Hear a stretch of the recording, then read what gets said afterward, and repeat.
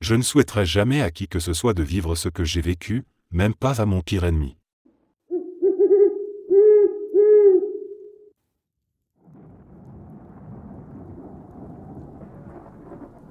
J'ai souffert d'un trouble délusionnel et de psychose. J'ai eu une relation imaginaire avec une femme nommée LVI. J'étais convaincu qu'elle m'envoyait des messages et des emails. Malheureusement, les réponses que je rédigeais à ces messages imaginaires étaient bien réelles. Je les envoyais à des collègues, des amis, et même à certains de mes étudiants. L'un de mes étudiants a fini par répondre en se faisant passer pour LVI. Cela a mené à une relation qui a duré 1 an. Pendant cette période, j'alternais entre la conviction qu'elle était LVI et la conscience, par moments, de qui elle était réellement. Finalement, quelqu'un a porté plainte après avoir reçu des messages étranges de ma part, et l'université a ouvert une enquête. Je n'ai compris que LVI n'existait pas le jour où j'ai été mis sous antipsychotique. J'ai perdu ma carrière. J'ai perdu mon mariage.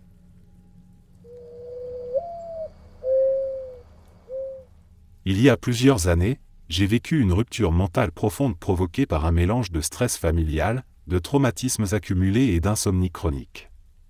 Peu à peu, une conviction irrationnelle mais terriblement réelle s'est emparée de moi, j'étais mort. Pas métaphoriquement, pas symboliquement. Mort, réellement, physiquement. Je ne reconnaissais plus les visages autour de moi. Les traits des gens étaient devenus flous, fondus, comme s'ils appartenaient à un rêve détraqué. Chaque regard croisé ne me renvoyait que confusion. Dans cet état d'esprit délirant, j'étais persuadé que la mort elle-même allait surgir d'un instant à l'autre, qu'elle viendrait réclamer mon âme, comme cela aurait dû se produire. J'avais été oublié, laissé derrière dans une sorte de purgatoire terrestre. Je me suis alors complètement déconnecté de la vie. J'ai cessé de manger, convaincu que les besoins corporels n'étaient plus les miens. Je me contentais de boire quelques gorgées d'eau de temps à autre, plus par automatisme que par besoin. Les jours se sont enchaînés dans ce cauchemar figé, jusqu'à ce qu'une pensée étrange mais perçante émerge enfin à travers le brouillard. J'ai l'air malade, mais je ne pourris pas, cette phrase m'a secoué. Elle s'est répétée plusieurs fois dans mon esprit, et à chaque répétition, elle perçait un peu plus le mur du délire. Poussé par ce doute, j'ai fini par me rendre à l'hôpital. C'était comme si une part minuscule mais encore vivante de moi-même s'était rebellée contre l'illusion. J'ai commencé un traitement, lentement, prudemment, et avec une lucidité qui revenait par fragments. Je n'oublierai jamais la puissance de cette illusion. Je voyais des gens dans ma chambre, debout, silencieux, figés, simplement en train de me regarder pendant que je dormais. Ils ne bougeaient pas, ils ne parlaient pas, mais leurs yeux restaient braqués sur moi comme s'ils attendaient quelque chose. Quand je leur demandais qui ils étaient, pourquoi ils étaient là, ils se contentaient de sourire, sans dire un mot. Ce sourire n'était ni chaleureux ni malveillant, juste vide, comme s'ils n'étaient pas vraiment là. Et ce n'était pas tout. Un jour, alors que je tentais de retrouver un semblant de normalité, j'ai vu des petits oiseaux sortir du drain de ma baignoire. Un par un, sans bruit, comme s'ils surgissaient d'un autre monde. Ils secouaient leurs ailes mouillées, regardaient autour d'eux, puis disparaissaient dans la pièce.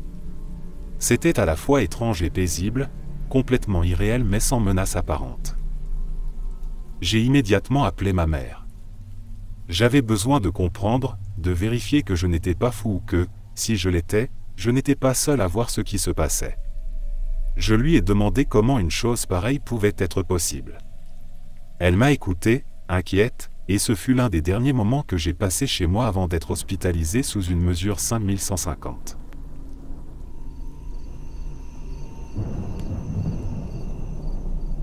Mon copain de l'époque souffrait de psychose, il en souffre toujours, et l'une de ses hallucinations les plus fréquentes, surtout en période de stress intense, était la sensation que des insectes rampaient sur sa peau. Ce n'était pas juste une impression vague, c'était visuel et tactile à la fois. Il voyait les insectes, il les sentait, et parfois, il lui fallait une caméra, un autre regard ou plusieurs longues minutes pour réussir à distinguer la réalité de l'illusion. Un soir de printemps, il passait la nuit chez moi, dans un petit appartement installé dans une vieille ferme. L'endroit était paisible, entouré de champs, le genre de lieu où on croit pouvoir respirer plus librement. Mais la nuit ne l'a pas épargné. Il s'est réveillé en sursaut, arraché au sommeil comme par une alarme intérieure. Il s'est assis d'un coup et m'a dit d'un ton paniqué, « Il y a des insectes sur moi. » Je connaissais ce scénario. J'ai tenté de le rassurer, de lui rappeler doucement que ce n'était qu'une hallucination, que tout allait bien. Il m'a écouté, mais il n'a pas été convaincu. Il m'a regardé avec une insistance que je n'oublierai jamais et a répété, cette fois plus fermement, « Non, j'ai besoin que tu allumes la lumière et que tu regardes. » Alors j'ai obéi. Je me suis levé, j'ai allumé la lumière, j'ai scruté son corps, les draps, le matelas, chaque recoin visible. Je lui ai décrit ce que je voyais à voix haute, en détail, en insistant sur le fait qu'il n'y avait rien, que tout était calme. Il m'écoutait attentivement, le regard rivé sur moi, et essayant d'arrimer son esprit à mes mots.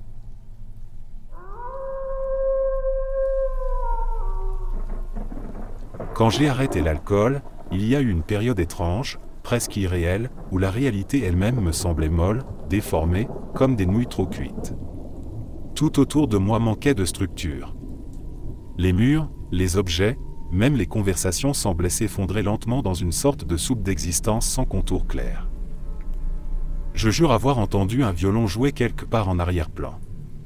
Une mélodie douce, mais obsédante, qui flottait à la limite de ma perception.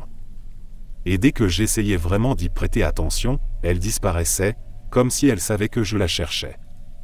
Elle ne revenait que quand je baissais ma garde. Ce n'était pas effrayant, mais troublant. Le temps, lui, s'est mis à fonctionner selon ses propres règles. Je passais ce que je croyais être des journées entières à réfléchir, à errer dans mes pensées, à essayer de me raccrocher à quelque chose. Puis je regardais l'horloge et découvrais qu'à peine 2 heures s'étaient écoulées. À d'autres moments, je faisais une tâche que je pensais avoir expédiée en 2 minutes, et le temps s'était étiré sans que je m'en rende compte, 2 heures, parfois plus. Tout perdait son rythme habituel. Je n'étais pas dans un cauchemar, mais pas non plus dans la réalité telle que je la connaissais. C'était une zone grise, instable, où même mon propre corps semblait étranger. Et pourtant, je savais que c'était une étape. Un moment de transition. Un purgatoire fragile entre l'engourdissement de l'alcool et la brutalité du réel qui revenait m'atteindre à pleine vitesse.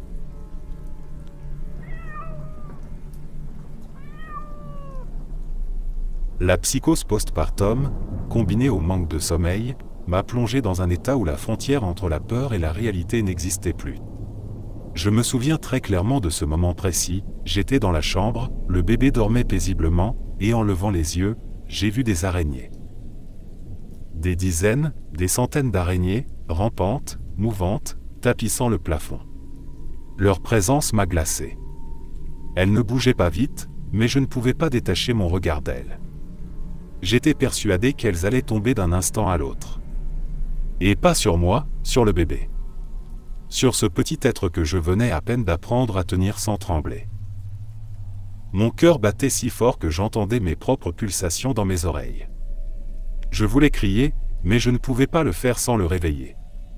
Alors je suis resté figé, en alerte, essayant de le protéger de quelque chose qui, au fond, n'était pas là. Mais pour moi, à ce moment-là, c'était réel. C'était tangible. J'ai fini par réveiller quelqu'un. Je ne me souviens même plus qui. Je sais juste que j'avais besoin qu'on me confirme ce que je redoutais et ce que je refusais en même temps, qu'il n'y avait rien. Rien sur le plafond, rien dans la pièce, juste mon esprit qui s'effondrait sous le poids de la fatigue et de la tempête hormonale.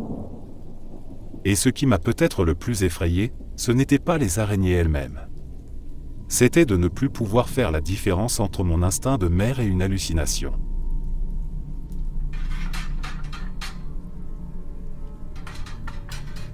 Quand je tombe malade, même d'un simple rhume ou d'une grippe, il arrive parfois que la fièvre ou l'épuisement déclenche chez moi un épisode psychotique. Ce n'est pas une confusion légère, ni un simple malaise. C'est une descente brutale dans quelque chose d'incompréhensible et de terrifiant. À force, je le sens venir. Je reconnais les signes avant-coureurs, cette tension étrange dans mon esprit, ce vertige.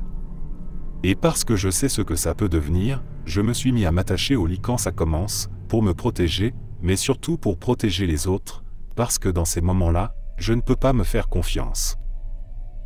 C'est difficile à expliquer à quelqu'un qui ne l'a jamais vécu. Ce n'est pas une peur ordinaire. Ce n'est même pas un délire logique. C'est une perception qui explose dans toutes les directions, toujours la même, quelque chose de complètement banal devient énorme. Pas physiquement plus gros, mais plus existentiel. Cette chose, ça peut être n'importe quoi, un objet anodin, sans signification. Et tout à coup, elle commence à se multiplier. À prendre toute la place. Et je deviens persuadé qu'elle va continuer à se multiplier à l'infini, qu'elle va remplir tout l'univers. Et que c'est ma faute. C'est toujours ça qui revient, cette certitude absurde mais totale que j'ai déclenché quelque chose d'incontrôlable, et que tout le monde va mourir à cause de moi. Et pendant que cette idée me broie l'esprit, je n'ai plus aucun raisonnement logique. Je ne pense plus, je réagis seulement. Tout devient panique. Tout devient danger. Un jour, c'était des rouleaux de papier toilette. J'avais l'impression qu'ils se multipliaient dans la pièce, qu'ils occupaient tout l'espace. Je les voyais s'accumuler, déborder, menacer d'écraser le monde. Je suis sorti en courant sur le balcon et j'ai commencé à les jeter dehors, un par un, frénétiquement, espérant les faire disparaître. Mais ils ne diminuaient pas. Peu importe combien j'en jetais, ils étaient toujours là. Je me sentais piégé, dans un cauchemar sans logique. Et ce qu'il y a de plus terrifiant, c'est que dans ces moments, je serais prêt à faire n'importe quoi, absolument n'importe quoi, pour que cette peur disparaisse. Je suis bipolaire, diagnostiqué, mais à cette période-là, je n'étais pas encore sur une dose suffisamment forte de traitement. Et quand les choses ont commencé à déraper, mes délires les plus marquants tournaient tous autour de la même figure, le diable. J'étais en vacances, en visite chez ma mère.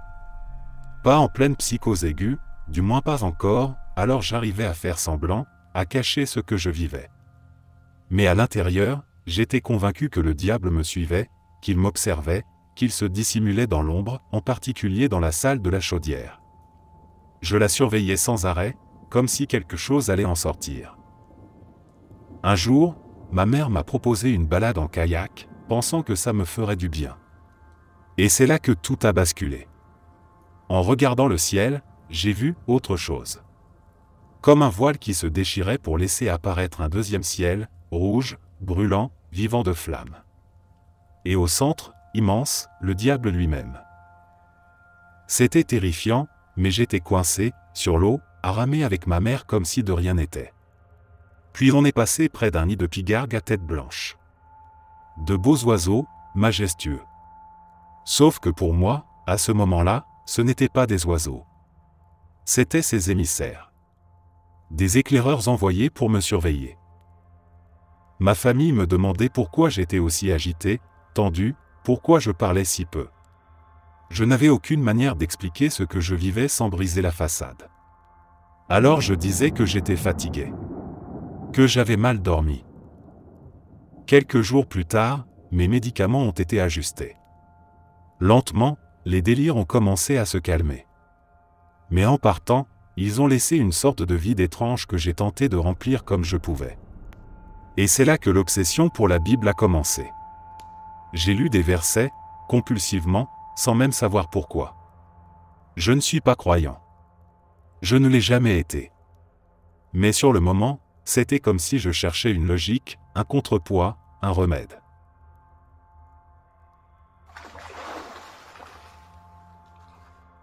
Je m'étais mis à croire qu'un homme, quelqu'un que je connaissais d'un cadre professionnel, par le biais d'un collègue et ami, était en réalité un prince couronné de France.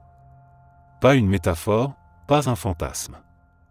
Un vrai prince, avec tout ce que cela implique. Pour mon esprit, ça faisait sens. Évidemment qu'il avait une équipe de sécurité. Évidemment qu'ils avaient installé un dispositif de surveillance dans mon appartement pour le protéger, mais aussi pour me surveiller, moi. J'étais tombée follement amoureuse de lui. C'était une passion fulgurante, démesurée, sacrée presque. Et puis, un jour, sans explication, il a disparu. Plus de messages, plus de contacts. Mais pour moi, ce n'était pas un abandon. Il ne me fuyait pas, il me protégeait. Il se sacrifiait, pour ma sécurité à moi. Et nous pouvions toujours communiquer à travers la police, n'est-ce pas? Ce réseau secret existait. Il fallait juste savoir lire entre les lignes, percevoir les signaux dissimulés dans l'ombre. Je croyais aux photographes tapis dans les buissons, aux caméras dissimulées dans les recoins de mon appartement, aux micros cachés derrière les prises électriques. Je ne faisais plus un geste sans me demander qui l'observait et pour quelle raison. Et même après 2 hospitalisations, même après les traitements, cette croyance était toujours là. Parce que ce n'était pas une simple illusion. C'était ma mission. J'étais une princesse, moi aussi, et j'avais juré de garder le silence. De ne rien révéler. Le monde n'était pas prêt. Mon rôle était de me taire, de faire bonne figure, d'attendre le signal.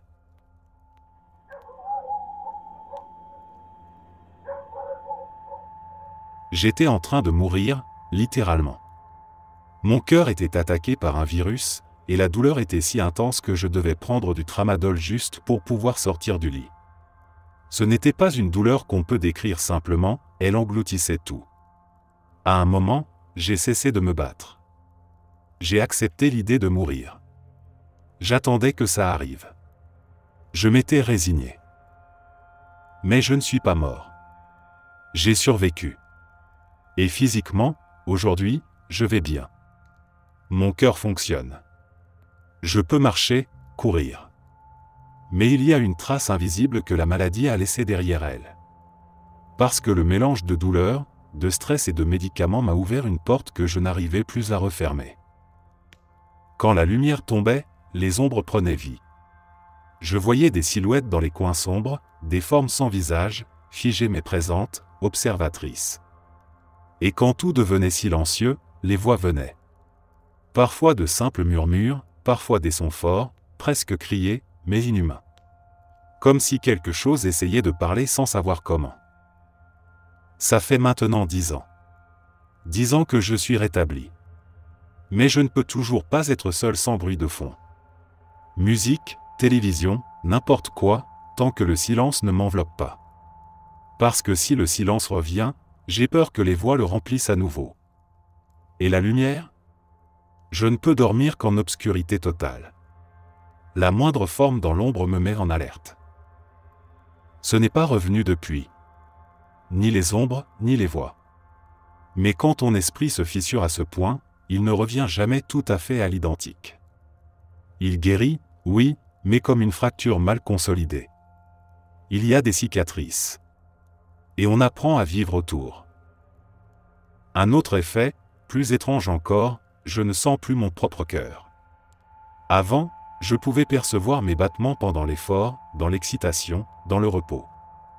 Maintenant, rien. Même après une session de cardio, je dois utiliser un capteur pour vérifier que je ne dépasse pas les limites. La seule exception, c'est le stress. Quand l'anxiété monte, quand le souvenir du danger refait surface, alors je ressens mon cœur. Et pas d'une bonne manière. La douleur dans la poitrine revient, exactement comme à l'époque où je mourais. Mon corps ne fait pas la différence entre le passé et le présent.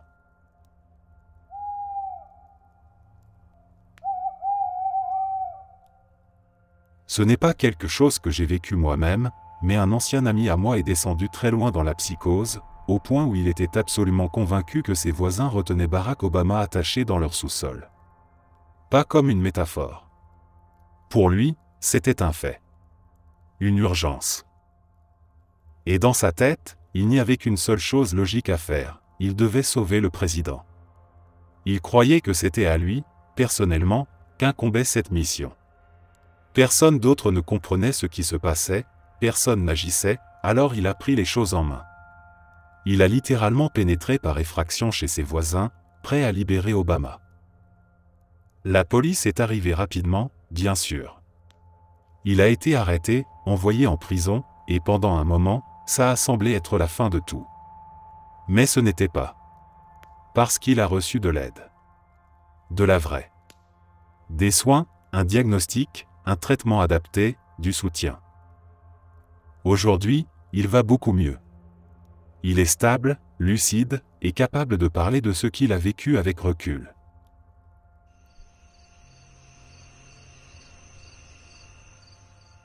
Le pire, c'était cette prémonition. Pas une simple impression vague ou un mauvais pressentiment, c'était une certitude écrasante, totale, qui s'est emparée de chaque recoin de ma vie. Elle dictait mes pensées, mes gestes, mes choix. J'étais convaincu que cette chose allait arriver, que ça mènerait à ma mort, que tout convergerait vers ce point final inévitable.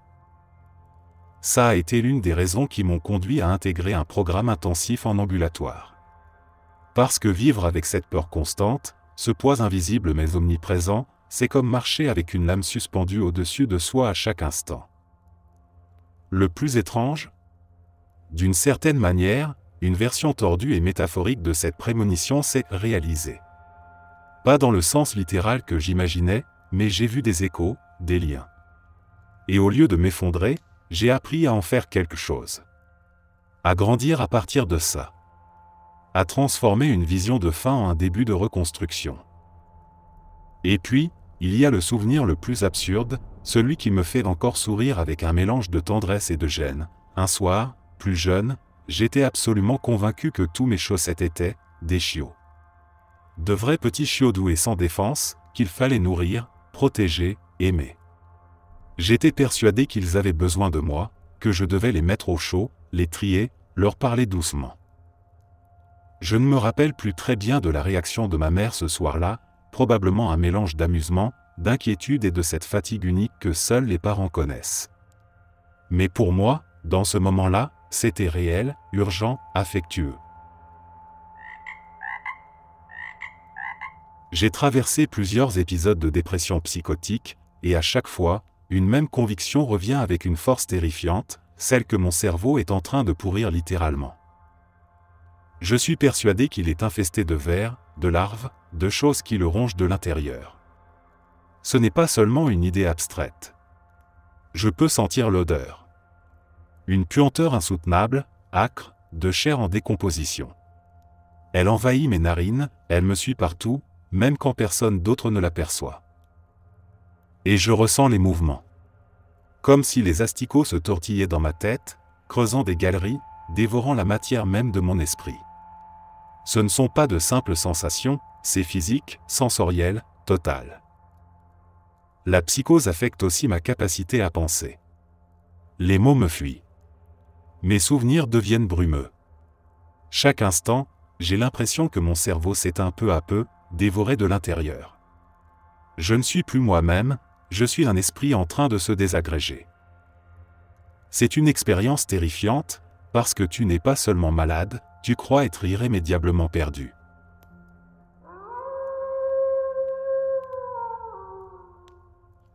Les pires épisodes, pour moi, se produisent presque toujours quand je marche seul. C'est souvent banal au départ, un trajet comme un autre, mais peu à peu, la réalité commence à se déformer. Je commence à voir des gens, ou des choses, qui m'observent depuis des coins d'ombre. Derrière des voitures, des poubelles, des murs. Toujours à moitié cachés, juste assez visibles pour que je les remarque. Et si j'ose détourner les yeux, même un instant, ils se rapprochent. Ils ne ressemblent pas à des gens normaux. Ils sont tordus, déformés, presque inhumains. Comme si quelque chose avait tenté d'imiter l'apparence humaine sans vraiment y arriver. Il y a quelque chose de fondamentalement faux dans la manière dont ils bougent, dont ils me regardent. Et si je détourne les yeux trop longtemps, ça devient pire. Je peux les sentir foncer vers moi à toute vitesse. Je les entends courir. Je ressens les vibrations de leurs pas derrière moi. Il y a même des moments où je vois à travers leurs yeux, comme si j'étais leur proie, comme si toute la scène se jouait en double, moi fuyant, eux traquant. C'est comme si je faisais partie d'un jeu cruel, d'une chasse sadique où le chasseur peut se téléporter, surgir de n'importe où, juste pour le plaisir de me faire peur. Il ne veut pas simplement attraper. Il veut me briser par la terreur.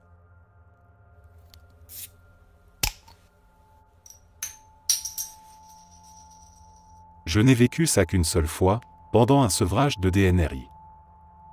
C'était brutal.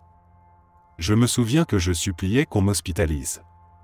Pas parce que je délirais sur un danger extérieur, mais parce que j'avais peur de moi-même. Peur de ce que je pourrais faire à quelqu'un. Il y a même un moment où j'ai sauté hors de la voiture. Ce détail, je ne m'en souviens pas du tout. C'est quelqu'un d'autre qui me l'a raconté après coup. Ce dont je me souviens, par contre, c'est des émotions. Une détresse brute, une confusion tellement profonde qu'elle m'empêchait de me faire confiance. Je ne pense pas avoir eu d'hallucination, mais j'étais clairement dans un état délirant. À un moment, j'étais convaincu que tout irait mieux si je détransitionnais. Comme si effacer qui j'étais devenait une sorte de remède magique à une douleur que je ne comprenais plus. Je me considérais comme sale, indigne, fautif. Le plus ironique dans tout ça, c'est que depuis que j'ai arrêté complètement les médications psychiatriques, je n'ai plus jamais vécu quelque chose de semblable. Pas d'épisode de ce genre. Pas de perte de contrôle aussi violente. Je suis toujours très déprimé, oui.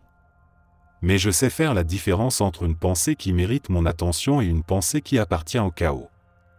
Mon impulsivité, autrefois incontrôlable, est aujourd'hui sous contrôle. Ce n'est pas le bonheur, ni même la stabilité, mais c'est un sol sur lequel je peux marcher sans chuter à chaque pas. Et ça, en soi, c'est déjà énorme.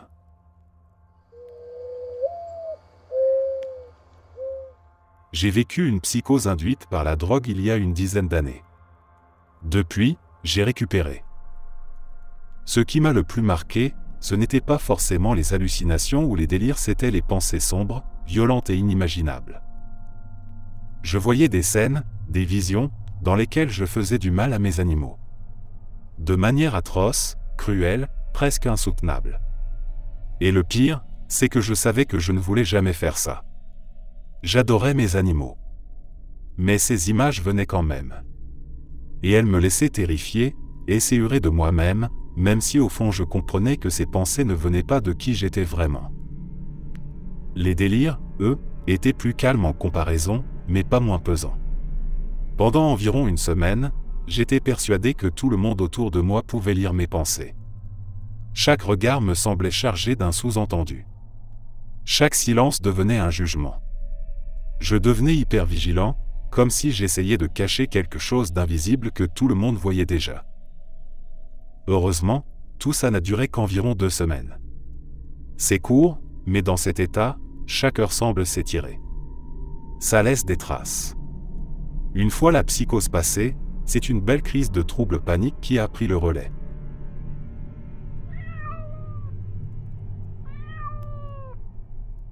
Je dirais que le moment où j'ai été le plus profondément dans le délire n'a pas du tout été le pire.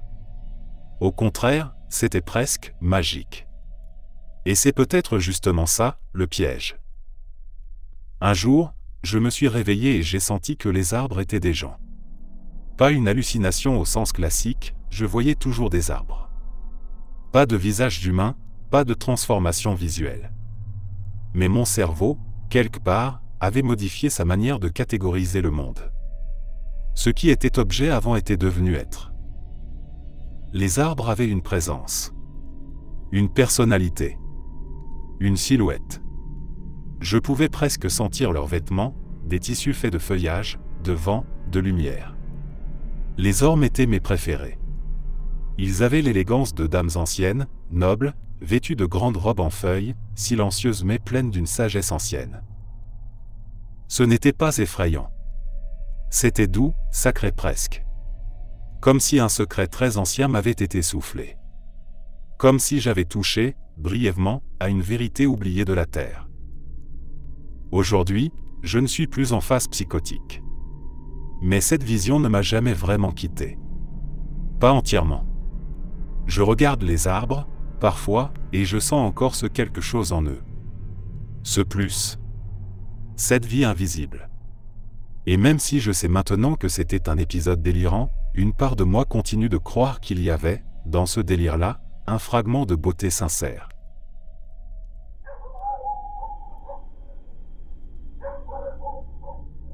Ça a duré une année entière, une lente descente vers une psychose totale. Je consommais des stimulants de manière excessive depuis longtemps, enfin, n'importe quelle drogue en réalité, mais avec la façon dont mon cerveau fonctionne, les stimulants me procuraient les sensations les plus fortes. Je me souviens du tout premier moment de paranoïa comme si c'était hier. Je nettoyais mon ancien appartement, ayant déjà déménagé la plupart de mes affaires dans le nouveau. À ce moment-là, j'étais passé à fumer de la cocaïne sur du papier aluminium, puis très vite au crack. J'ai pris une grosse bouffée, comme je l'avais fait tant de fois auparavant, et soudain, quelque chose a basculé dans ma tête. J'ai regardé par la fenêtre et je me suis demandé, est-ce que ce type ressemble à un flic ? C'était comme si une autre voix, venue d'une autre dimension, avait crié cette pensée. Comme un écho qui revenait encore et encore. Puis ça devenait de plus en plus fort. À chaque fois que je prenais une bouffée, je jurais que je pouvais les entendre. Les voir. J'ai commencé à lire des romans dans les motifs des murs recouverts de stuc. Je voyais toutes les choses horribles que j'avais faites dans ma vie écrites dans les formes. Chaque mot était une critique, plein de haine et de dégoût envers ce que j'étais devenu. Je les entendais creuser à travers les murs. Ils venaient me chercher, constamment. Je regardais Apple Maps et j'étais persuadé de voir une diffusion en direct de la descente de police chez moi. Tous mes voisins faisaient partie du plan. S'ils étaient dehors, c'est qu'ils avaient des armes et se préparaient à attaquer. Les arbres m'envoyaient des messages. Tous venaient de la police. Je voyais des hélicoptères voler au-dessus de mon appartement, prêts à déchaîner l'enfer. Ils étaient devant la porte de mon studio. Ils attendaient. Ils avaient mis des traceurs dans tout. J'ai détruit tous les livres que je possédais, déchiré la plupart de mes vêtements. J'ai démoli tous mes appareils électroniques, sauf mon téléphone. Et ce n'est qu'une petite partie de tout ce que j'ai vécu. Et je me souviens de tout. Je fumais quelques grammes et je me retrouvais allongé par terre, en larmes, à supplier pour ma vie face à une police imaginaire qui allait faire irruption chez moi. Tout cela s'est passé 1 an et demi avant même que je ne touche à la méthamphétamine. Et les choses ont empiré à partir du moment où j'ai commencé à me l'injecter. Il y a encore tellement d'histoires que je pourrais vous raconter.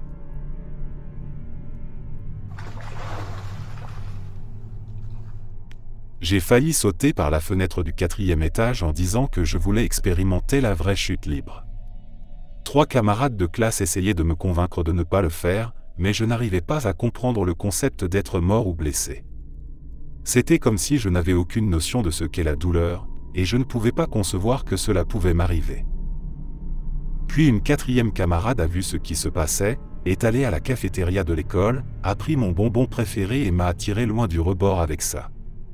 Elle m'a dit que si je descendais de la fenêtre, elle m'en donnerait un, et que si j'attendais jusqu'au lendemain pour sauter, elle m'en donnerait un 2e à la fin de la journée. J'ai accepté. D'une manière ou d'une autre, la promesse d'un Kit Kat était plus persuasive que le risque de mourir, de devenir handicapé à vie ou de me casser tous les os. Ce jour-là, 3 de mes camarades m'ont raccompagné jusqu'à chez moi, en veillant à ce que je ne traverse pas la route sans regarder, et ont raconté à mes parents ce qui s'était passé. Aucun d'entre eux n'a prévenu les professeurs ou l'administration de l'école, et je ne sais pas pourquoi. C'était en terminale, on avait entre 16 et 18 ans, donc on était souvent laissé sans surveillance à l'école, ce qui explique pourquoi aucun membre du personnel ne s'est rendu compte de ce qui se passait. Je ne me souviens pas de grand-chose, d'ailleurs. Ce sont mes camarades qui m'ont tout raconté plus tard, quand j'étais revenu en classe.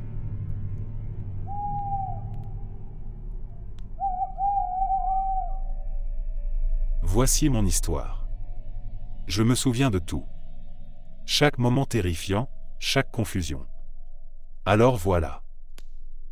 J'ai un passé marqué par des traumatismes complexes. Ma maladie a créé quelque chose de long et d'élaboré, donc naturellement ce récit le sera aussi. C'est difficile à partager pour moi.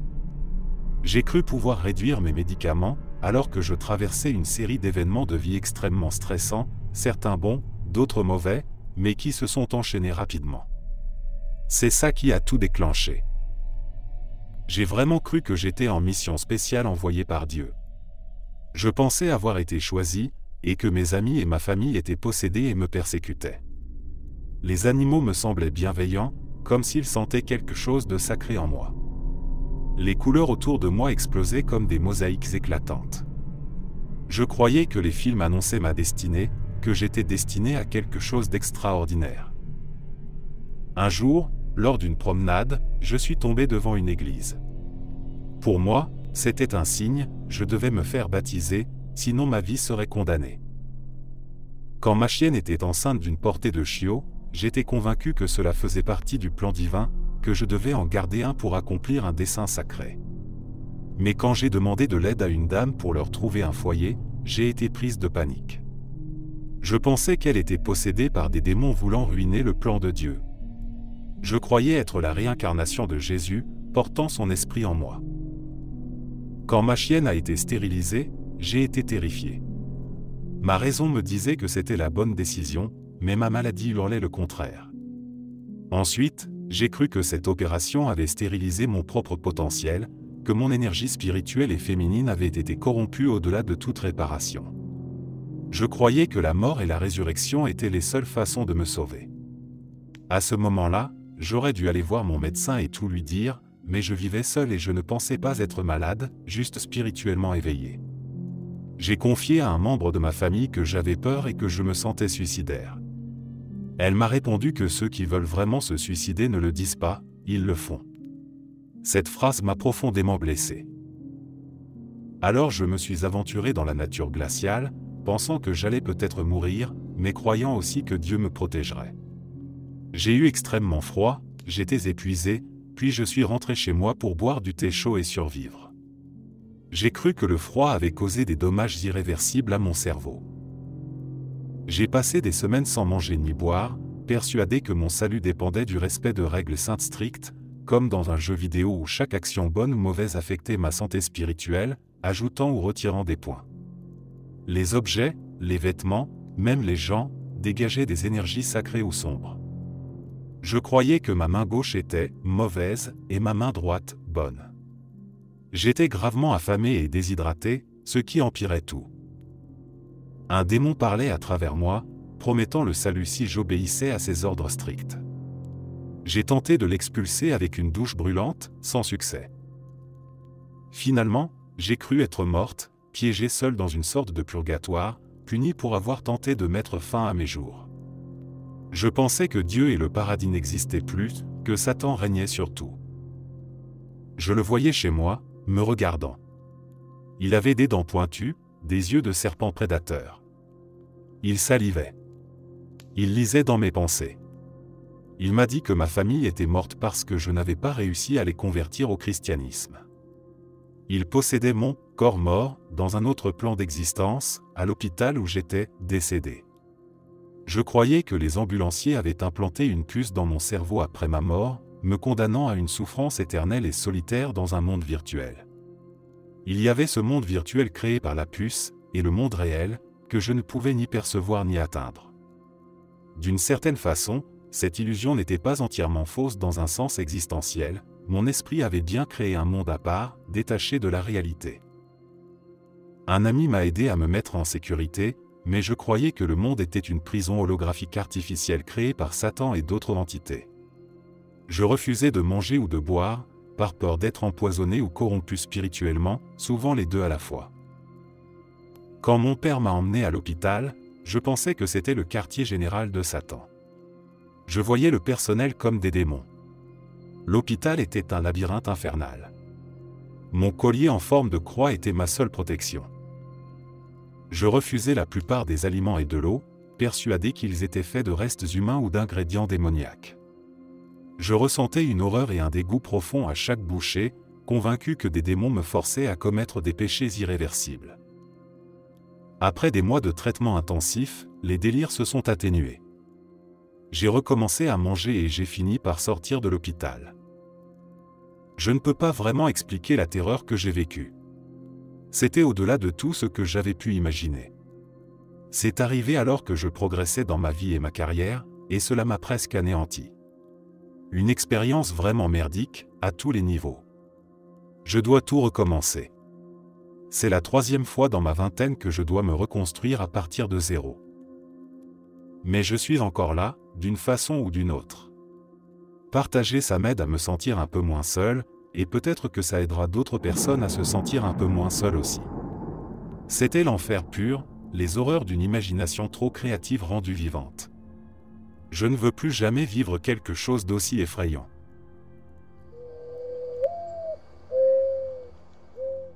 Ça fait un moment que je n'ai pas eu d'épisode maniaque, et je ne suis pas sûr que ce soit exactement de la psychose, mais quand j'étais adolescente et non suivie médicalement, j'avais des hallucinations plus longues et constantes. Je pense que le « pire » dépend de la façon dont on interprète ce mot. Je ne me souviens pas avoir eu peur de ce qui se passait dans ma tête. C'était plutôt le manque de contrôle, l'incapacité à articuler mes pensées ou à communiquer clairement, l'imprévisibilité des autres et des situations. Ce sont tous ces éléments extérieurs qui étaient angoissants. Et encore, c'était plus frustrant et désorientant qu'effrayant. La grande majorité de mes hallucinations étaient auditives, ce qui joue peut-être aussi un rôle. Mais si jamais je paniquais ou que je faisais une crise, c'était généralement parce que je n'arrivais pas à traiter l'information normalement, et j'en étais consciente. C'est comme si tes jambes arrêtaient soudainement de fonctionner, que chaque fois que tu les bouges, elles réagissent de façon imprévisible, sauf que ça t'arrive au moment où tu es en train de courir pour ta vie. C'est exactement ce que ça fait, mais dans ta tête. J'ai vécu 2 effondrements psychiques dans ma vie. Le premier est survenu 1 an après la mort de ma fille. Je crois que la culpabilité et le chagrin m'ont submergé, et qu'il était inévitable qu'à un moment, je craque. Tout a commencé par des hallucinations auditives, j'entendais sa voix. Elle était très malade, donc ses pleurs ne ressemblaient pas à ceux d'un bébé en bonne santé. Ensuite, j'ai eu la sensation d'être à nouveau enceinte. Je ressentais même comme si ma montée de lait revenait. Je voyais mon bébé dans chaque enfant que je croisais. Puis les pensées paranoïaques ont commencé. Je paniquais à l'idée qu'elle ait été enterrée vivante. J'allais dormir sur sa tombe. J'ai fini par passer 3 jours dans un établissement psychiatrique. Je n'ai bénéficié d'aucun suivi ensuite. Personne ne m'a proposé de thérapie ni de soutien après ce séjour. C'était il y a 22 ans. Le second effondrement a eu lieu lorsque j'étais enceinte, 7 ans après la mort de ma fille. Je me souviens avoir entendu des murmures qui disaient qu'elle ne survivrait pas, que je n'étais jamais destinée à être mère. Ensuite, j'ai commencé à voir des ombres s'approcher de moi. Je courais jusqu'à mon travail pour leur échapper. Puis, petit à petit, je n'ai plus pu quitter ma chambre. Je m'y suis enfermé pendant 5 jours, jusqu'à ce que ma famille fasse venir des médecins et la police pour m'emmener. J'ai été hospitalisé dans une unité psychiatrique pendant 9 semaines. Je me souviens que je ne savais même plus comment parler ou manger. C'était comme si mon esprit s'était totalement brisé, écrasé sous le poids du deuil et de la culpabilité. J'étais trop terrifié à l'idée d'accepter ma grossesse, de peur que ce bébé meure lui aussi. Il m'a fallu des années de thérapie intensive pour me reconstruire. On m'a enfin proposé une thérapie de deuil. Cela a changé ma vie. Grâce à cela, j'ai pu comprendre que j'avais été une bonne mère, que je ne l'avais jamais abandonnée, et que je n'étais pas responsable de sa mort. J'ai porté tellement de honte, de culpabilité et de douleur. Ne jamais en parler à personne, c'est quelque chose qui écrase une personne de façon inimaginable. Cela a transformé ma perception du deuil et de la santé mentale.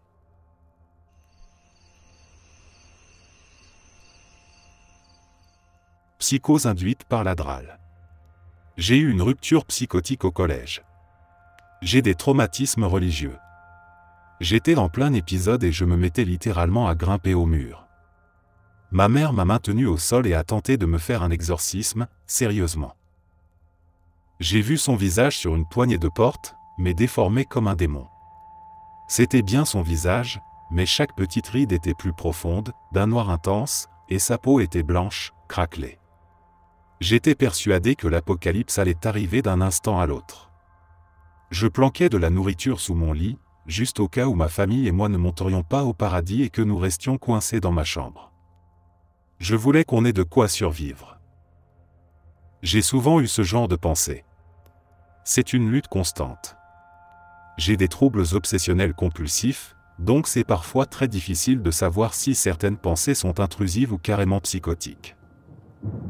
Un exemple, un jour de Pâques qui tombait le 20 avril, j'ai fumé un joint. Ce jour-là, je n'ai pas prié. Le pape est mort, et j'étais convaincu que c'était à cause de moi, à cause de mes actes pécheurs ce jour-là, et de ceux du reste du monde.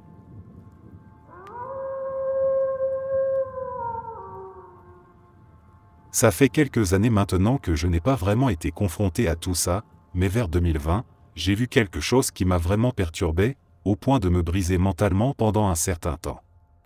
C'était aussi une période très difficile de ma vie. Voir cette chose, alors que j'étais déjà sous pression et à bout, m'a plongé dans une forme de psychose. Ce que j'avais vu revenait chaque fois que je fermais les yeux. Et peu à peu, c'est devenu une obsession, j'étais convaincu que ma tête allait soudainement exploser ou être pulvérisée, exactement de la même manière que ce que j'avais vu. Il y avait des moments où la peur devenait si intense que je m'arrêtais en plein milieu de ce que je faisais, je me recroquevillais, je tenais ma tête entre mes mains comme si ça allait empêcher quelque chose d'horrible d'arriver. Et je pleurais, terrifié. Même quand j'étais chez des amis, je pouvais être parfaitement bien, et tout à coup je ne pouvais plus me concentrer sur eux. Mon esprit hurlait que ma tête allait exploser, et j'étais paniqué à l'idée qu'ils assistent à ça, qu'ils soient traumatisés à vie. Je ne voulais pas leur faire vivre ça non plus. Je suis devenu très paranoïaque. J'ai commencé à croire que ma famille essayait de me faire du mal, qu'ils voulaient me droguer ou saboter ma vie. Je ne leur faisais plus confiance. À ce moment-là, j'ai aussi cessé de me reconnaître dans le miroir. C'était comme si je regardais un inconnu, un visage qui n'était pas le mien. Alors j'ai fini par recouvrir le miroir de la salle de bain avec un drap. À cause de cette psychose, j'ai été hospitalisé pendant quelques semaines. Mais honnêtement, ce séjour à l'hôpital ne m'a pas vraiment aidé. La thérapie non plus, pas dans l'immédiat. Ce qui m'a sorti de là, c'est tout le travail que j'ai fait sur moi depuis. Petit à petit, j'ai réussi à me reconstruire, à sortir de cet enfer mental.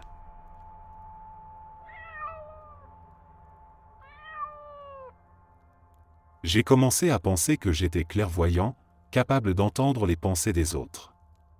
Je croyais que les gens autour de moi parlaient entre eux, mais que j'étais le seul à pouvoir les entendre grâce à des pouvoirs spéciaux.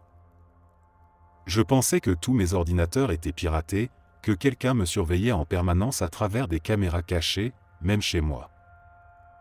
J'ai commencé à croire que des gens voulaient me tuer parce que je n'avais pas prêté attention à une fille que j'étais convaincu, à tort, d'intéresser. Puis les voix ont commencé. Certaines sont encore là aujourd'hui. J'ai cru que ma famille me trahissait. J'ai tenté de me trancher les veines. Je n'ai pas réussi à couper verticalement, alors j'ai tailladé près des poignets. Il y avait beaucoup de sang. J'ai été transporté à l'hôpital. J'ai vu ma mère pleurer. Après quelques discussions, j'ai décidé de ne plus jamais recommencer. Même à l'hôpital, je pensais que des gens faisaient du bruit dehors, qu'ils étaient venus pour me tuer. Avec les médicaments, les choses ont fini par se calmer.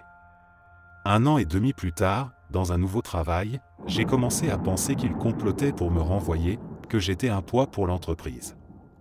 Mon anxiété est devenue de plus en plus forte. 6 mois plus tard, pendant le confinement lié au coronavirus, j'ai commencé à croire qu'une collègue était amoureuse de moi.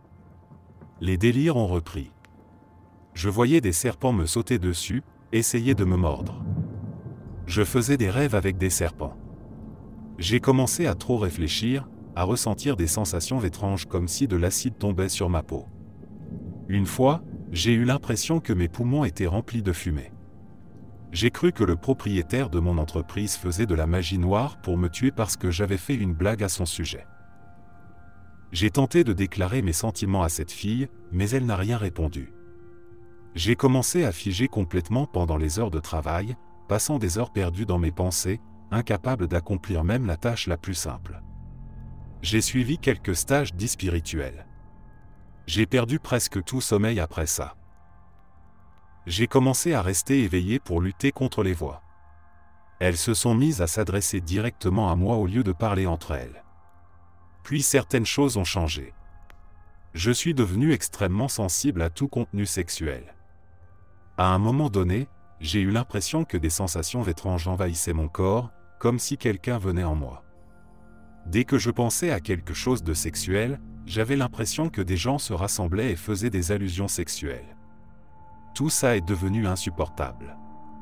Aujourd'hui encore, j'ai l'impression qu'une entité spirituelle me harcèle. Il y a eu beaucoup d'autres choses, je suis désolé si je vais vite vers la fin, mais mon esprit est tellement embrouillé que je n'arrive pas à remettre tous les délires ou hallucinations dans l'ordre. Il y a aussi eu des choses positives.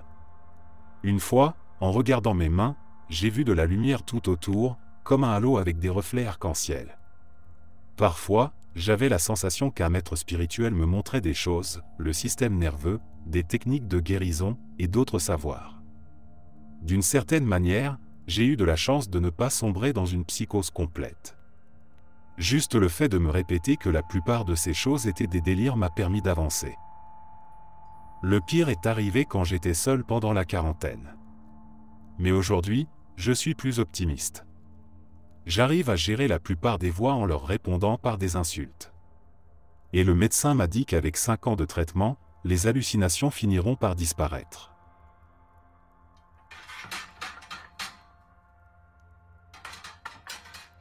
Tout a commencé alors que j'étais tranquillement en train de jouer à Minecraft chez moi. Je me détendais, et là, j'ai vu une araignée sur ma main.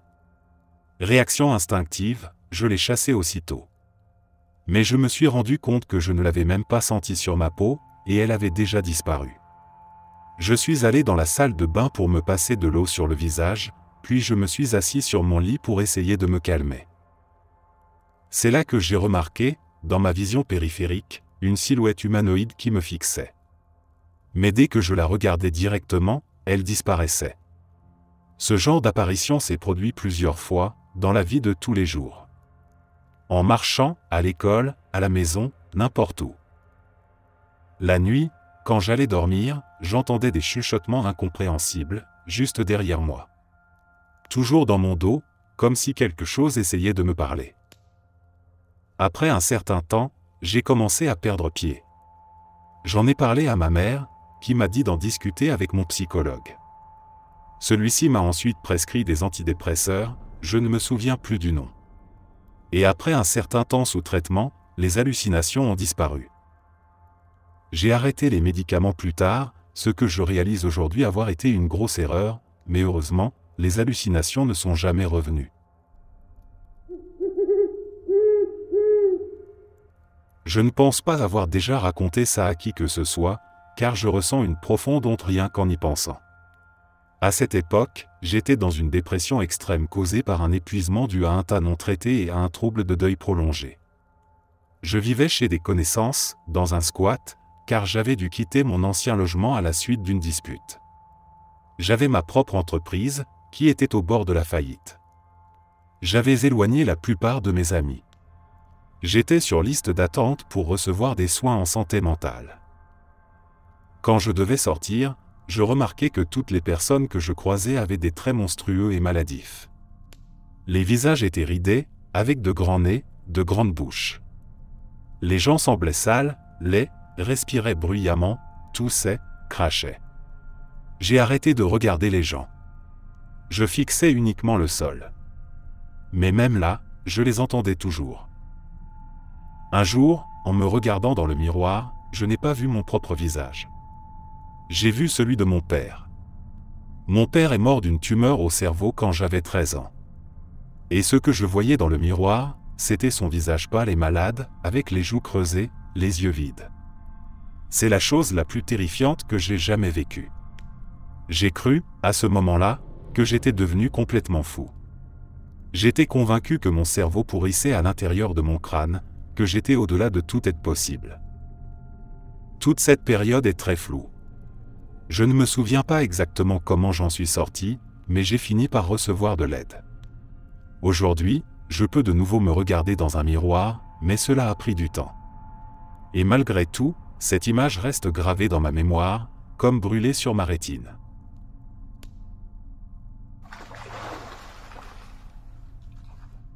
Quand j'ai emménagé seul à 17 ans, après avoir fui une famille abusive, j'ai commencé à entendre des chiens ronger des os.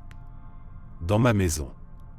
Je ne voyais jamais les chiens, ni les os, et je ne savais pas exactement pourquoi, mais j'étais certaine que ce bruit venait de chiens en train de mâcher des os. Je le savais, tout simplement.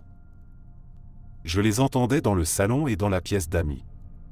Toujours dans ces deux pièces, jamais dans la cuisine, ni dans ma chambre, ni dans la salle de bain. Au début, ils ne mâchaient que la nuit, et, pour une raison inconnue, cela ne me faisait pas vraiment peur. C'était étrange, oui, et ça me mettait mal à l'aise, mais je n'avais pas peur. Puis un jour, je les ai entendus en pleine journée. Ils étaient dehors le jour, et à l'intérieur la nuit. Et là, pour une raison que je ne saurais expliquer, c'était terrifiant. Je me souviens de ce moment précis, en pleine journée, je les entendais, plus nombreux que jamais. Ils grognaient doucement, reniflaient, mâchaient, rongeaient, craquaient, bavaient sur ces os énormes. Et je ne sais pas comment je savais que les os étaient énormes, mais je le savais. J'ai regardé par toutes les fenêtres. Je ne voyais rien.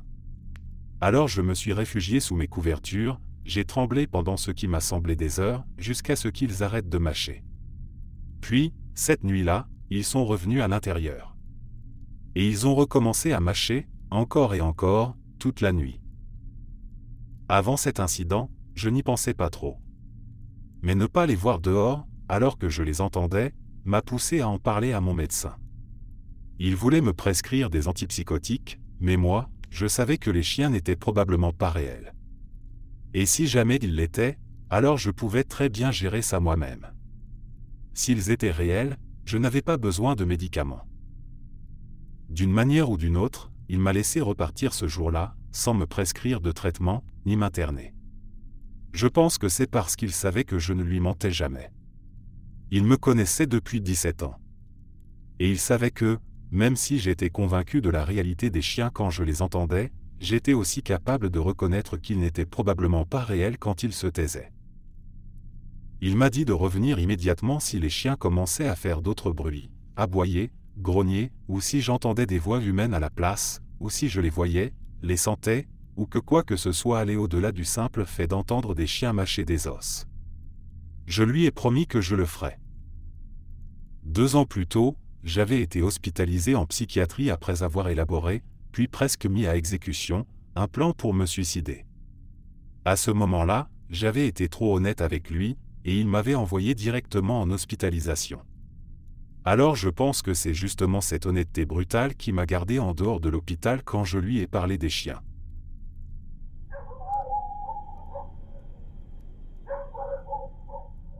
La psychose postpartum m'a complètement détruite.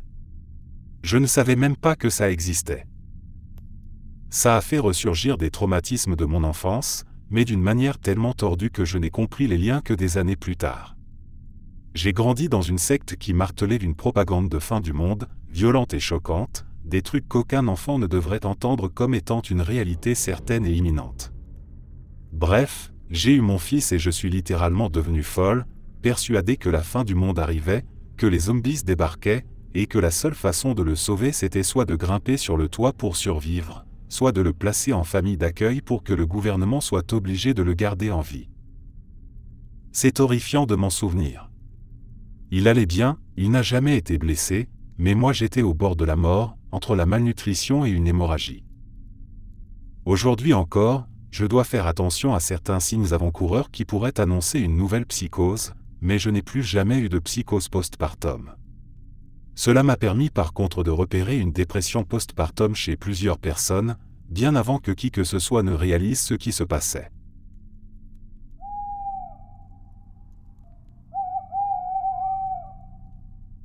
Il y a de très nombreuses années, j'étais arrogante et j'ai essayé le Delta 8 pour la première fois. J'en ai pris une quantité absurde. Je n'ai rien ressenti pendant 3 heures, puis j'ai essayé d'aller me coucher.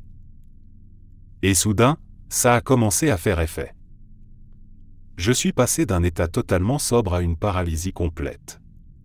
Je croyais que mon esprit était devenu un téléphone portable, et que je faisais défiler des applications à l'intérieur de ma tête.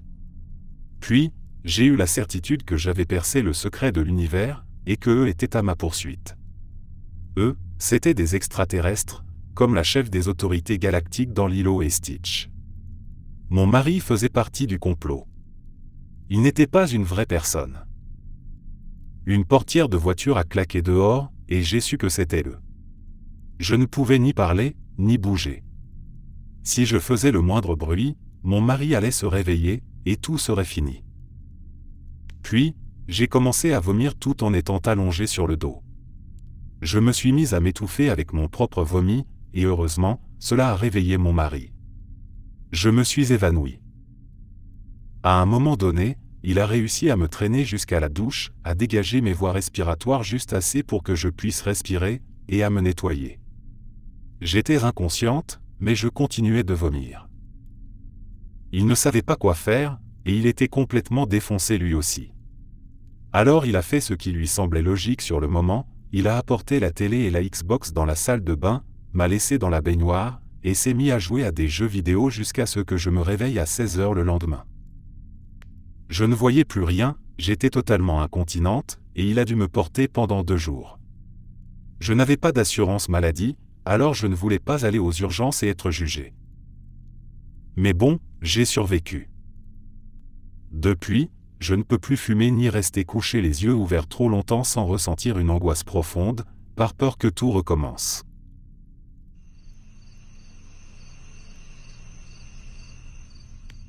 J'ai développé une psychose postpartum après un accouchement traumatique, et après que les infirmières m'aient asséné de longues leçons sur le fait que je devais surmonter les difficultés et ne pas penser à moi.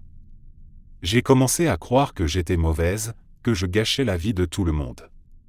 J'entendais en permanence des pleurs et des hurlements venant du bébé, peu importe si on était dans la même pièce, ou même si le bébé dormait. J'étais persuadé d'avoir ruiné sa vie, et qu'il n'y avait absolument aucun avenir pour lui en dehors d'une souffrance atroce. Je me sentais un peu mieux en sortant dehors, mais le ciel était d'un jaune éclatant et semblait fait d'un plastique fin. Parfois, je pouvais pousser la poussette pendant des heures en ne regardant qu'elle, figée. Je savais que des voitures allaient finir par monter sur le trottoir et me tuer. J'étais un peu inquiète pour le bébé, au cas où il survivrait dans la douleur, mais pas pour moi. L'idée que nous mourions tous les deux ne me bouleversait pas. Je croyais sincèrement que ce serait mieux pour lui. Je savais que si je le disais à quelqu'un, ce serait encore une fois moi qui gâcherais la vie des autres, parce que j'aurais été égoïste et en demande d'attention. Et je pensais que si je parlais, les gens seraient piégés avec moi, alors je devais tout garder secret, pour les protéger, jusqu'à ce que je trouve le moyen le plus simple de faire cesser les hurlements et d'éliminer cette version dangereuse de moi-même. Je ne voulais pas que tout le monde meure à cause de moi. Donc il fallait que je reste silencieuse et que je prépare tout en silence. En réalité, il s'agissait d'un ensemble de choses, un réflexe dysphorique d'éjection du lait, des blessures sévères dues à l'accouchement, un trouble de stress post-traumatique et un manque de sommeil extrême. Tout cela a conduit à une psychose postpartum. Je n'étais plus capable de comprendre ce qui m'arrivait ni d'en sortir seul. Mais quand j'ai arrêté l'allaitement et commencé un traitement médicamenteux sous supervision médicale, j'ai pu peu à peu me rétablir. Merci à mon partenaire et à l'infirmière en santé maternelle et infantile qui ont compris qu'il se passait quelque chose. Et un grand va te faire foutre à tous les soi-disant experts qui se sont permis de me donner leurs opinions sur mes prétendus échecs en tant que mère. J'ai passé mon adolescence et une bonne partie de mes vingtaines à entendre des voix malveillantes. Cela a été déclenché par un environnement extrêmement verbalement abusif, combiné à un effondrement total de ma vie sociale, j'avais perdu tous les amis que j'avais à l'époque. Une insomnie constante et des périodes d'éveil allant de 24 à 36 heures d'affilée n'ont vraiment rien arrangé. J'entendais en boucle les voix de membres de ma famille et d'anciens amis hurlant des insultes, des critiques personnelles sur moi et sur mon travail. Il y avait aussi une voix hurleuse qui apparaissait juste au moment où je m'endormais. Un point important, je n'ai jamais cru que ces voix venaient de forces extérieures. Je savais que mon cerveau me jouait des tours. Mais c'était extrêmement perturbant et désagréable. Les gens pouvaient me voir me disputer avec mes voix, voir mes gestes agités, et parfois m'entendre leur répondre à voix haute. Ce n'est jamais une bonne image, surtout quand on mesure un m90. En réalité, je recréais sans cesse dans ma tête des conversations abusives, des disputes mentales avec des versions imaginaires de ma famille ou d'anciens amis. J'avais très peur que ce soit de la schizophrénie, car il y en a dans ma famille. Mais j'étais terrifié à l'idée d'être jugé ou interné, alors je n'en ai jamais parlé à mes parents. Il y avait cette menace constante qu'on m'enferme, mes frères ou moi, si jamais on montrait des signes de schizophrénie. Il ne faisait pas bon montrer la moindre faiblesse ou vulnérabilité dans ce contexte. Aujourd'hui, je n'entends plus de voix, et je pense que c'est en grande partie grâce à ma femme. C'est elle qui les a fait disparaître. Une conséquence de cette période, cependant, est que je suis devenu hypersensible aux voix non identifiées. Si je suis dans une pièce et que j'entends une conversation, je dois absolument localiser d'où elle vient. Tant que je peux déterminer que c'est une radio, une télé dans une autre pièce ou un appartement voisin, ça va. Mais tant que je n'ai pas identifié la source, je suis extrêmement mal à l'aise.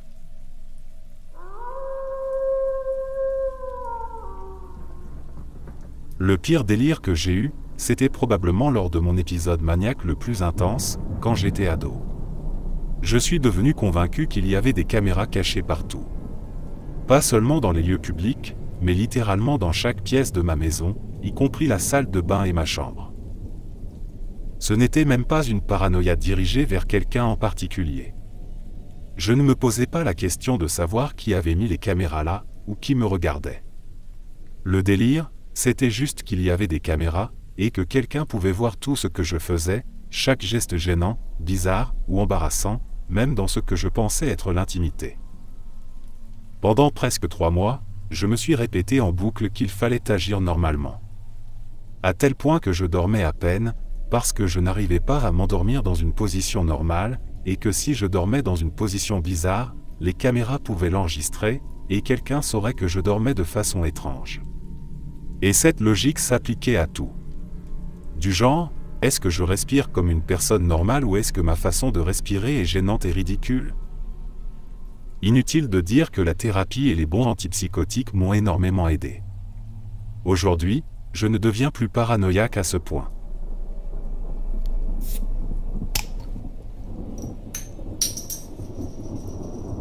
Cela m'arrive surtout quand j'ai une très forte fièvre. Quand j'avais environ 13 ans, j'ai attrapé une amygdalite alors que je passais quelques jours chez ma grand-mère. On dormait chacune sur un canapé, et elle laissait la télé allumée pour faire un fond sonore. C'était une chaîne de vieux films. Un film policier, avec un détective qui essayait d'attraper quelqu'un. Ce qui vient ensuite est un peu flou, par morceaux. Ma grand-mère s'est réveillée et m'a trouvé en train de marcher partout dans la maison, paniqué, en répétant qu'il fallait que je détruise ou cache des preuves.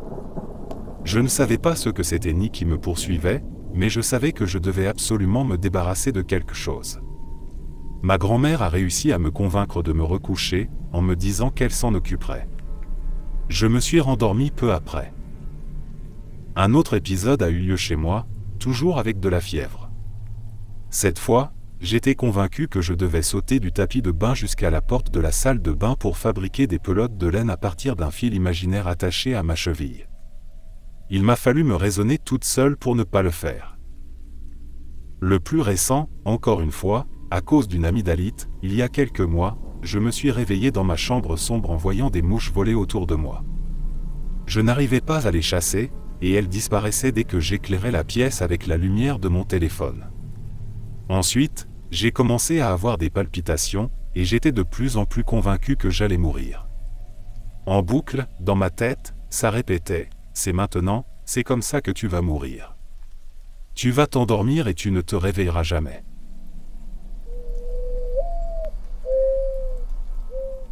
Quand j'avais 14 ans, j'ai fugué après une vie entière marquée par des violences physiques, psychologiques et des agressions sexuelles d'une extrême brutalité, répétée et régulière. Depuis mes tout premiers souvenirs, mes parents me frappaient. Ma mère me fouettait avec un cintre en métal redressé, elle me brûlait parfois sur la plaque de cuisson comme punition, et elle me torturait émotionnellement. Mon grand frère, lui aussi, me battait et me violait régulièrement. Il m'a même provoqué une rupture du côlon quand j'avais 8 ans. Autant dire que je n'avais jamais connu la sécurité. Je vivais dans une peur constante, une confusion permanente et une douleur incessante. J'ai décidé de fuir à 14 ans parce que je savais que si je ne le faisais pas, j'allais finir soit par tuer l'un d'eux, soit par me tuer moi-même. Et même si j'étais profondément suicidaire, au fond de moi, je ne voulais ni l'un ni l'autre, aussi paradoxal que cela puisse paraître. À 15 ans, j'étais déjà gravement dépendant à l'alcool, à la cocaïne et à l'ecstasy. Je ne savais pas à l'époque que les extasies que je prenais étaient coupées avec de la méthamphétamine. Le seul dealer chez qui je me fournissais me l'a révélé après que j'ai arrêté. Je prenais toujours le même type, toujours chez lui, et il m'a dit que tout ce qu'il vendait était trafiqué avec du meth. J'étais aussi plongé dans des milieux où la violence physique était omniprésente, parfois choisie, mais souvent subie. Je pouvais me faire attaquer à tout moment. Donc cette peur permanente, ce sentiment d'être en danger, n'avait jamais vraiment disparu. Un jour, après plusieurs semaines à rester défoncé et ivre tous les jours, sans presque dormir, j'ai sombré dans une paranoïa extrême. J'étais persuadé qu'on me traquait. Je me suis enfermé dans mon appartement avec un couteau et un pistolet. J'ai passé 3 jours à faire les 100 pas d'une fenêtre à l'autre, arme à la main, persuadé que mes chasseurs allaient enfoncer la porte pour me tuer. Chaque personne que je voyais près de chez moi était un ennemi potentiel. Je les surveillais avec une vigilance obsessionnelle. Pendant tout ce temps, je continuais à sniffer de la coke et à boire. Ma copine de l'époque en prenait aussi. C'était la seule personne envers qui je n'étais pas paranoïaque. Je passais ces 3 jours à essayer de la convaincre que la menace était réelle et que je n'étais pas fou. Elle ne me croyait pas, évidemment, mais elle ne pensait pas non plus que je représentais un danger pour elle. Elle savait que je n'allais pas lui faire de mal. On en a beaucoup parlé après que tout se soit calmé. Elle m'a dit qu'elle avait compris que je n'étais pas une menace parce que je lui disais que j'avais plus peur pour sa sécurité que pour la mienne. Je voulais qu'elle reste avec moi dans l'appartement parce que c'était, selon moi, la seule façon de la protéger. Elle a décidé de rester pour garder un œil sur moi. Après ces 3 jours, elle a réussi à me convaincre de lui remettre le pistolet, en me disant qu'elle allait prendre le relais de ma patrouille de sécurité pendant que je dormais un peu. Je me suis effondré et j'ai dormi pendant près de 19 heures. À mon réveil, la paranoïa avait quasiment disparu. Je savais que personne ne me poursuivait. Tout était revenu à ce que je considérais comme ma normale.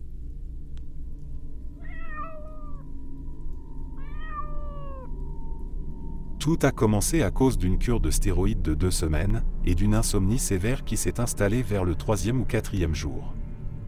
À ce moment-là, je vivais déjà un nombre incroyable de sources de stress, la faillite, la perte de notre maison, la perte de mon emploi, et surtout, le fait que mon mari venait juste de sortir des soins intensifs, avec des lésions cérébrales.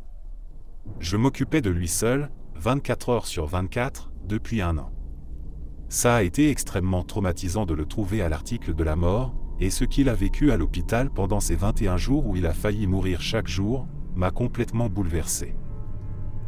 Tout a commencé avec une série de pseudo-crises d'épilepsie. J'étais persuadé que j'allais mourir. Aujourd'hui, je sais que c'était dû au stress post-traumatique. À cause de ces crises, on m'a prescrit un EEG, qui a montré un ralentissement focal, et ils ont voulu m'hospitaliser sur le long terme pour chercher ce qui n'allait pas avec mon cerveau.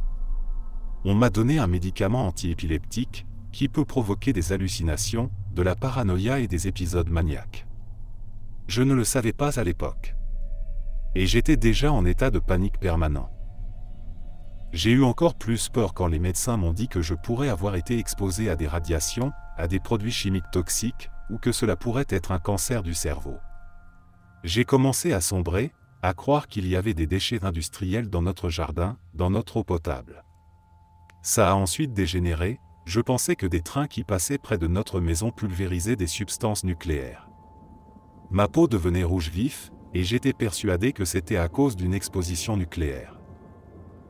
Il y avait eu quelques tremblements de terre dont l'épicentre se trouvait à moins de 500 mètres de notre maison ce même mois, et j'ai commencé à croire à des tests souterrains secrets. Le point de rupture a été quand j'ai pensé que mon mari avait été contaminé pendant son service dans l'armée, et qu'il me transférait des radiations par simple contact. J'étais terrorisé. Je l'ai réveillé à 4 heures du matin. J'avais déjà préparé un sac d'urgence. Je voulais qu'on aille à l'hôpital des anciens combattants pour qu'il soit testé, parce que si lui était contaminé, alors moi aussi. Sur la route, j'ai même envoyé un message à une amie pour lui demander combien de temps, selon elle, le gouvernement attendrait avant de révéler une attaque nucléaire contre les États-Unis. On a fini à l'hôpital. Mon mari était furieux et très fermé. À cause de sa lésion cérébrale, il ne parlait plus à ce moment-là, et je ne pouvais même pas lui expliquer pourquoi j'avais besoin qu'il se fasse tester. Finalement, je nous ai conduits dans un autre hôpital, cette fois pour moi. Ils m'ont admise et j'ai eu un entretien psychiatrique. Le psychiatre m'a dit que tout ce que j'avais vécu, l'insomnie, les crises, le médicament, formait une tempête parfaite qui expliquait ce qui s'était passé dans mon esprit. C'était une période terrifiante. Avoir la conviction que tout autour de moi était toxique, empoisonné, dangereux. C'était comme si Tchernobyl se passait à l'intérieur de mon cerveau. Je ne souhaiterais jamais à qui que ce soit de vivre ce que j'ai vécu, même pas à mon pire ennemi.